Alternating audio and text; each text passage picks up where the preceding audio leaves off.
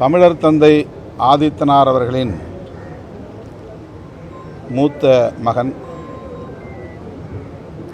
ராமச்சந்திர ஆதித்தனார் அவர்களின் 90வது பிறந்த நாள். இந்த நாளில் அவருக்கு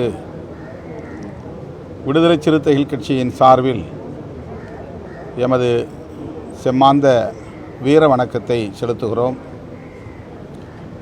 சீபா ஆதித்தனார் அவர்கள் ஊடகத்துறையில் ஆற்றிய பங்களிப்பு எவ்வளவு முக்கியத்துவம் வாய்ந்ததோ அதேபோல சமூக மற்றும் அரசியல் தளங்களில் அவர் ஆற்றிய பங்களிப்பு மகத்தானது. குறிப்பாக ஈழத்தமிழர்களின் நலன்களில் மிகுந்த அக்கறை காட்டியவர். திராவிட இயக்கத்தின்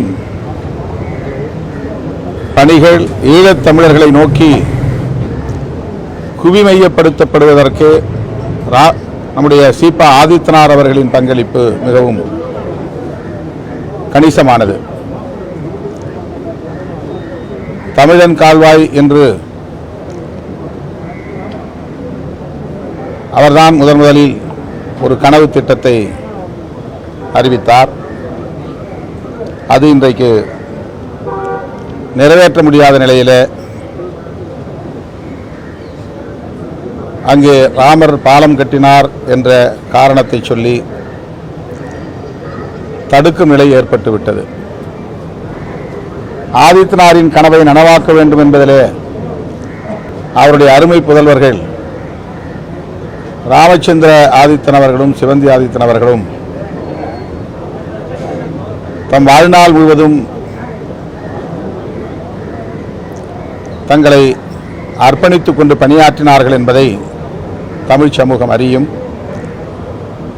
ராமச்சந்திர ஆதித்தனார் அவர்களின் பங்களிப்பை போற்றும் வகையில் அவருடைய பிறந்த ஊரில் அவருக்கு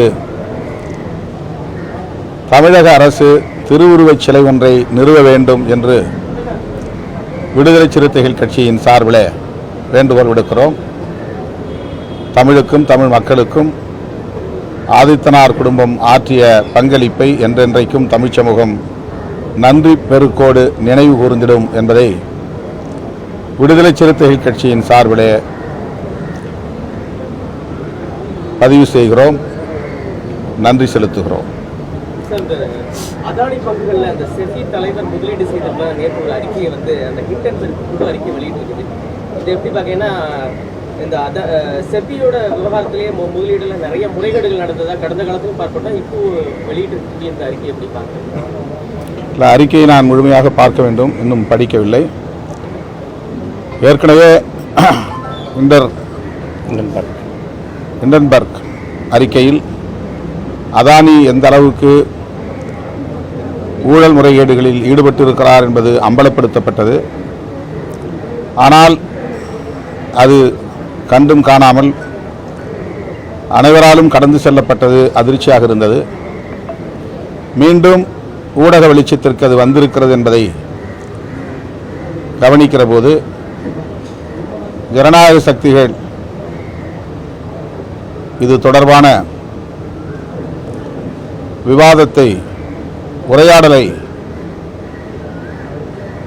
பெரிய அளவிலே முன்னெடுப்பார்கள் என்று நான் எதிர்பார்க்கிறேன். பாரதிய ஜனதா அரசு ஆட்சி பொறுப்பேற்றதிலிருந்து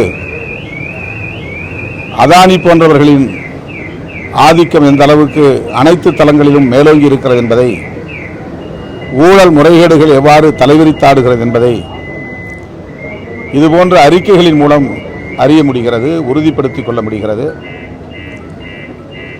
எனவே அனைத்து ஜனநாயக சக்திகளும் ஒருங்கிணைந்து இது தொடர்பாக குரல் எழுப்ப வேண்டும் என்று வலியுறுத்துகிறேன்.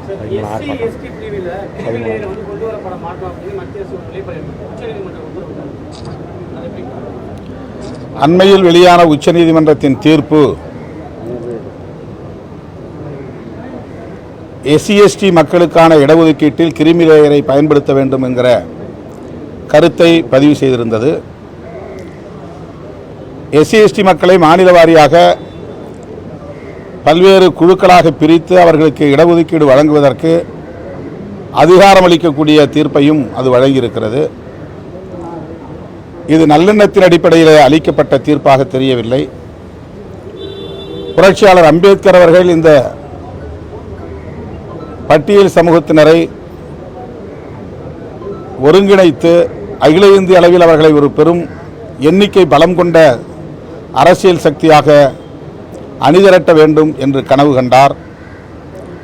அந்த கனவை சிதைக்கும் வகையில் பட்டியல் சமூகத்தினரை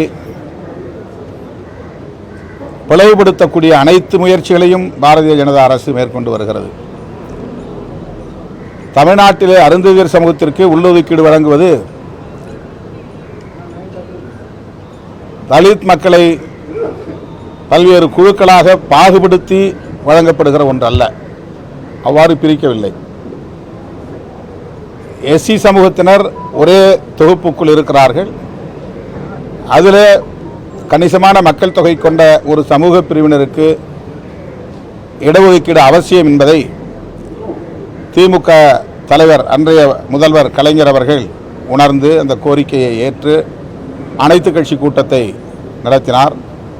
அதில் விடுதலை சிறுத்தைகள் கட்சியின் சார்பிலே பங்கேற்று அந்த கோரிக்கை 100 விழுக்காடு வரவேற்க தகுந்தது என்பதை வலியுறுத்தி ஆதரவு தெரிவித்தோம். அதன் அடிப்படையில் அருந்ததியர் சமூகத்திற்கு 3% இடஒதுக்கீடு அன்றைக்கு திமுக அரசு காலத்திலே வழங்கப்பட்டது. அந்த ஒதுக்கீடு என்பது வேறு. ஆனால் இன்றைக்கு உச்சநீதிமன்றம் சொல்லுகிற ஒதுக்கீடு என்பது மொத்தமாக ஒவ்வொரு மாநிலத்திலும் எவ்வளவு ஷெட்யூல் பட்டியல் சமூகத்தை சார்ந்த சாதிகள் இருக்கிறார்களோ அவர்களை 3 குழுக்களாகவோ 4 குழுக்களாக பிரித்து அந்த மாநிலங்களில் இருக்கிற இடஒதுக்கீட்டை பங்கு போட்டு தர வேண்டும் என்று ஒரு நிரந்தரமான பிளவை ஏற்படுத்தக்கூடிய, பட்டியல் சமூகத்தினருக்கிடையே ஒரு நிரந்தரமான பிளவை ஏற்படுத்தக்கூடிய ஆலோசனையை அது வழங்கியிருக்கிறது. அதை ஆங்கிலத்திலே சப்கேட்டகரைசேஷன் என்று அழைக்கிறார்கள். அந்த அதிகாரத்தை மாநில அரசுக்கு வழங்கியிருக்கிறார்கள். எனவே பாராளுமன்றம் தான் இதை தீர்மானிக்க வேண்டும் என்று புரட்சியாளர் அம்பேத்கர் அவர்கள் அதிலே ஒரு பாதுகாப்பை உறுதிப்படுத்தியிருந்தார். மாநில அரசுகள் சாதி அடிப்படையில் பெரும்பாலும் முடிவுகளை எடுக்க வாய்ப்பு இருக்கிறது, பாராளுமன்றம் அவ்வாறு இருக்க வாய்ப்பில்லை என்ற நம்பிக்கையின் அடிப்படையில் புரட்சியாளர் அம்பேத்கர் அவர்கள் அந்த பாதுகாப்பை உறுதிப்படுத்தியிருந்தார். அதை நொறுக்கக்கூடிய வகையில் இன்றைக்கு உச்சநீதிமன்ற தீர்ப்பு அமைந்திருக்கிறது. உள் ஒதுக்கீடு என்கிற சப்கோட்டா என்பது வேறு, இந்த ஒடுக்கப்பட்ட சமூகத்தினரை சப்கேட்டகரைசேஷன் என்கிற பெயரிலே பிளவுபடுத்துவது என்பது வேறு. உச்சநீதிமன்றம் சப்கேட்டகரைசேஷன் செய்து அதை மாநில அரசின் கையிலே ஒப்படைக்கிறது. ஆகவே தான் அதை நாம் எதிர்த்து வருகிற 13ஆம் தேதி நாளை மறுநாள் விடுதலை சிறுத்தைகள் கட்சியின் சார்பிலே சென்னையில் ஆர்ப்பாட்டம் நடத்துகிறோம்.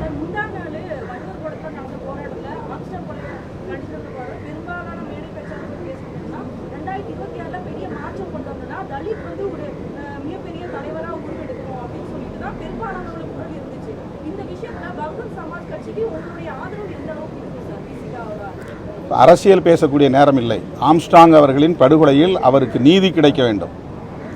அவருடைய படுகொலைக்கு காரணமானவர்கள் யாரோ, தூண்டிவிட்டவர்கள் யாரோ, திட்டமிட்டவர்கள் யாரோ, பண உதவி கொடுத்து ஏவியவர்கள் யாரோ அவர்கள் கைது செய்யப்பட வேண்டும்.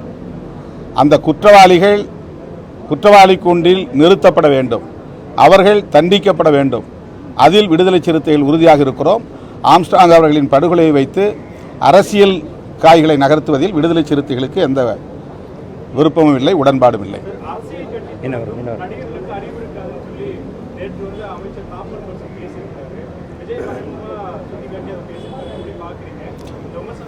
அது நீங்கள் அவர்கிட்டே கேளுங்க, அதில் நான் கருத்து சொல்கிறது எதுவும் இல்லை. மீனவர்கள் மீண்டும் மீண்டும் கைது செய்யப்படுவது தொடர்கிறது. தமிழ்நாட்டு மீனவர்களுக்கு பாதுகாப்பு இல்லாத நிலை இருக்கிறது. தமிழ்நாட்டு மீனவர்கள் டெல்லி ஜந்தர் மந்தரிலே வந்து போராடி தம்முடைய கோரிக்கைகள் எல்லாம் முன்வைத்து கொண்டிருக்கிற அதே வேளையில் இங்கே பலர், அதுவும் நாட்டு படகிலே போகக்கூடிய, கட்டுமரத்திலே போகக்கூடிய மீனவர்கள் கைது செய்யப்படுகிறார்கள். வலை வீசி பிடிக்கிற மீனவர்கள் அல்ல, ஆழ்கடலில் மீன் பிடிக்கிறவர்கள் அல்ல, கட்டுமரத்திலே போகக்கூடிய மீனவர்களை கைது செய்திருக்கிறார்கள். இதனை விடுதலை சிறுத்தைகள் கட்சி வன்மையாக கண்டிக்கிறது. இந்திய அரசு தொடர்ந்து வேடிக்கை பார்க்கக்கூடாது. அவர்கள் மீது உரிய நடவடிக்கை எடுக்க வேண்டும். கைது செய்யப்பட்டவர்களை விடுவிக்க வேண்டும். அவர்களுடைய உடைமைகள் அனைத்தையும் மீட்டு தர வேண்டும் என்று வலியுறுத்துகிறோம்.